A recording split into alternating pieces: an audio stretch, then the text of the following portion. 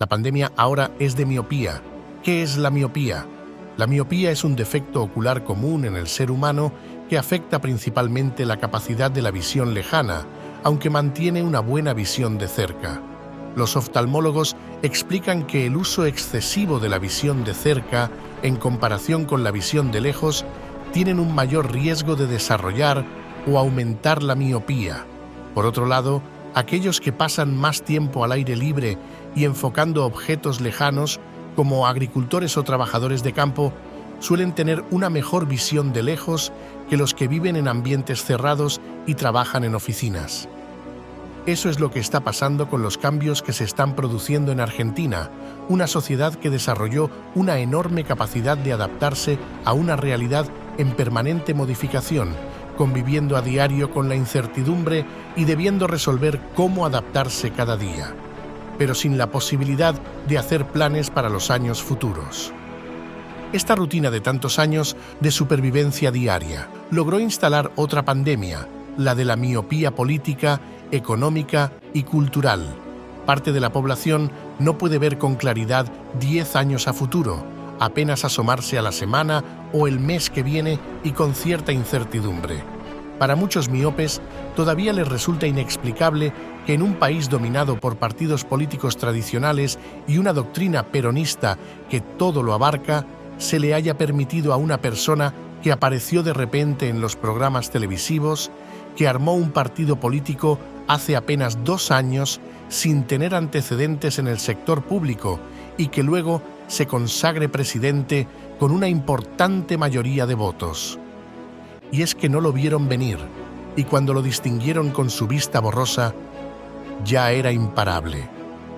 Los que estaban en el poder fueron tan cortos de vista que solo pretendieron asegurarse la continuidad en el gobierno para lograr fueros judiciales que los protejan del avance de las causas judiciales por corrupción.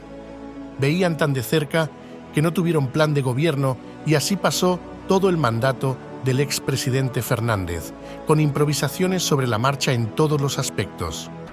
Toda su gestión fue al día y miope. Lo vamos viendo. La situación en que dejaron al país ya era muy mala y fue empeorada por un verdadero despilfarro de gastos y de emisión monetaria sin respaldo que realizó el exministro de Economía Sergio Massa, que se postulaba a la presidencia y finalmente perdió contra Milei, dejándole una verdadera bomba de tiempo para desactivar.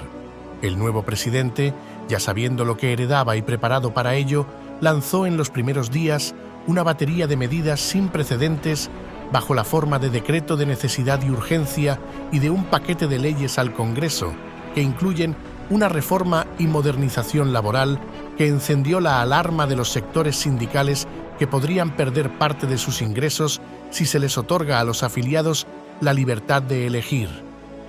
Las medidas las analizaron con miopía y en tiempo récord armaron una huelga general para proponer voltearlas y que siga todo igual, alegando defensa de los derechos de los trabajadores. Los sindicalistas no vieron en las medidas ninguna oportunidad, solo visualizan amenazas.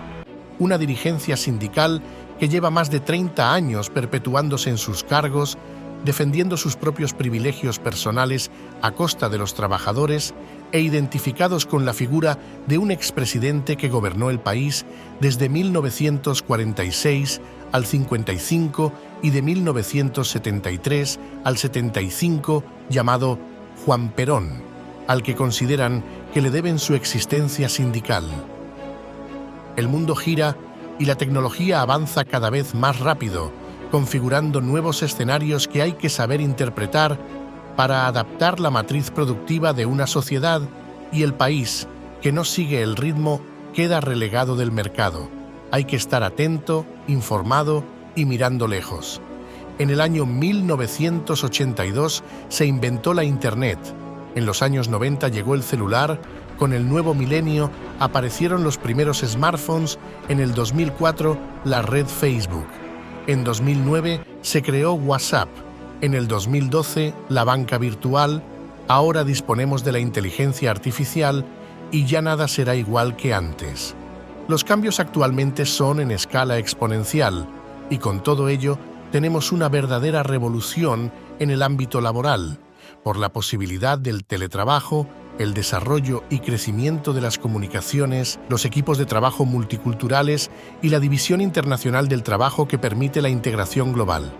Ahora imagínense estar anclados ideológica y políticamente a la figura de una persona que gobernó a la Argentina de 1946 y del 73 y tratar de reivindicar sus postulados en esta época. No es que sea un desafío, no tiene sentido. Hay que mirar hacia adelante y no hacia atrás. El movimiento peronista tiene un gran pasado por delante. El desafío sindical pasa por crear categorías nuevas, comprender las realidades laborales y acompañar inversiones aportando lo más valioso de una empresa, que es el recurso humano.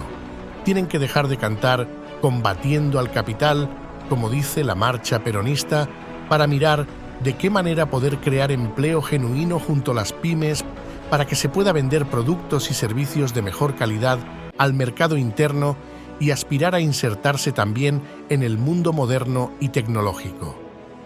Esta dirigencia sindical no puede distinguir las enormes oportunidades de cambio que se producen en una matriz económica tan dinámica como para sumarse a diseñar proyectos compatibles a las necesidades del sector empresario, comercial y también emprendedor. Podrían con suma facilidad duplicar la masa de los escasos 6 millones de asalariados empobrecidos que representan entre todos los sindicatos juntos y mejorar las prestaciones sociales para que los trabajadores los elijan para afiliarse, ya que la tasa de sindicalización viene bajando mucho más que lo que está bajando el empleo. Pero no, se ven amenazados y su única respuesta es paro, corte, marcha y bombo. En el propio discurso que dio Pablo Moyano, en su creencia de que representa a los trabajadores y trabajadoras, nombró varias veces a Perón y terminó atacando con sus dichos a dos empresarios argentinos, Paolo Roca de la empresa Techin y Marcos Galperín de Mercado Libre. Le podrán hacer críticas a ambos, pero el primero tiene 55.000 empleados, de los cuales 20.000 están en Argentina. Y el segundo, sumando el empleo directo e indirecto, llegaba a 50.000 empleos en toda la región y seguía creciendo. Pero se tuvo que mudar de país, cruzando para Uruguay, en donde sí vieron sus perspectivas de negocio y en vez de combatirlo, le ofrecieron mejores condiciones para seguir creciendo. El país necesita más empresarios visionarios generando empleo y menos sindicalistas sin formación, trabando el desarrollo de todo el país para sostenerse en sus cargos eternos sin aportar ningún beneficio genuino a la sociedad. Y si algo debe hacer el Estado para que todo funcione mejor, es generar el mejor entorno para fortalecer a los primeros y contener a los segundos para que no entorpezcan al resto del entramado productivo que quiere crecer con su falta de visión de oportunidad. Por suerte para todos, la ciencia avanzó y todos los que padecen miopía pueden solucionar su problema con una cirugía o con anteojos aéreos que permiten extender la visión y ampliar sus horizontes. Cuando la miopía es de origen política o ideológica, la única solución es abrir la mente a las nuevas ideas y entender para dónde va el mundo. Argentina es un país con un nivel de capacidad muy reconocido en Latinoamérica, tanto es así que ya son 13 las compañías de origen argentino consideradas unicornio, porque superaron la valuación de $1.000 millones en menos de 10 años de creación. Estas empresas son Sophie Technologies, Mercado Libre, Globant, Despegar, OLX, Auth0, Aleph, Vercel, Mural, Bitfarms, Ualá, Tienda Nube, Satellogic. El podio de unicornios de Latinoamérica lo encabeza Brasil con 22 empresas de este estatus en total. En el segundo lugar aparece Argentina, con 13. El resto de unicornios latinoamericanos corresponden a México, Colombia, Chile y Uruguay. La región resulta tener un reconocido potencial para el crecimiento y desarrollo de startups y empresas unicornio. El 60% de las inversiones que recibieron esas empresas vienen de capitales externos atraídos por su tasa de retorno de la inversión, y la mayoría de la inversión extranjera se realiza en dólares o euros, que, al aplicarse la tasa de cambio en cada país de la TAM, el empleo de recursos resulta muchísimo más rentable para los inversionistas. El potencial de Argentina es enorme. Si logramos visualizar que Brasil, con más de 200 millones de habitantes, tiene 22 empresas unicornios y que Argentina, con tan solo 46 millones, tiene 13, es evidente que el ecosistema emprendedor funciona bien y hay que promoverlo, evitando que las empresas se vayan espantadas por el esquema laboral, la presión sindical, la industria del juicio y la excesiva carga impositiva. Un informe de KPMG Argentina afirma que el valor del ecosistema creado por compañías nacionales de tecnología supera los 125.000 millones de dólares. Pese a que todo el continente se ha vuelto más llamativo para los inversores, se identifica un obstáculo común en todos los países de la región: la dificultad que presenta cada gobierno para la entrada de inversión extranjera en el país. Mercado Libre ya mudó su casa matriz desde Buenos Aires a Montevideo, cansado de que el gobierno argentino sea un problema y no una solución. Argentina tiene muchos trabajadores freelance que exportan servicios y retienen la cobranza en dólares en billeteras virtuales por no querer ingresarla al país debido al precio tributario que le carga el Estado Nacional. El país se pierde cargas sociales, tributarias y previsionales por tener voracidad fiscal y miopía. Se genera una fuga de talentos sin que los trabajadores se hayan ido del país, ya que reciben su dinero de distintas maneras, pero no tienen clave de identificación fiscal en su propio país. Los sindicatos no deben saber siquiera que existe esta forma de trabajo que va creciendo. Su visión aparentemente no llega a esas distancias. Sin embargo, si se quitan las regulaciones económicas, una persona que factura servicios al exterior podría encontrar en suelo argentino una combinación muy ventajosa, ya que los precios no son caros. El problema son los ingresos, que no crecen al mismo ritmo, pero si el ingreso es del exterior, vivir en Argentina es una ecuación tan conveniente que podría incluso traer a nuevos residentes con buenos ingresos. El presidente Milei identificó claramente la problemática y busca generar una reforma integral para modernizar, simplificar y sacar en forma urgente al país de la enorme crisis en que está estancado desde hace más de 20 años, pero encuentra en los sindicatos y los de nostalgia peronista una falta de visión que, a pesar de expresarla en forma tan clara, no la logran ver. Solo vislumbran desconfianza y visión a corto plazo. Muchos de los artículos de la reforma propuesta son absolutamente urgentes, otros no tanto, y podrían pasar para otra instancia legislativa posterior, pero lo que sin duda deberían todas las fuerzas políticas ponerse de acuerdo es en construir una señal para enviar al mundo, que muestre que para Argentina es un activo muy valioso la construcción de una expectativa de largo plazo basada en las claves que mira el mundo para poder invertir. 1. Desregular las relaciones laborales para favorecer la contratación y el empleo en forma urgente. Solo las pymes pueden generar empleo genuino y esperan esa señal. 2. Mostrar un cronograma de metas fiscales que permita simplificar y bajar los impuestos al IR, cumpliendo las metas de recaudación y los compromisos externos. 3.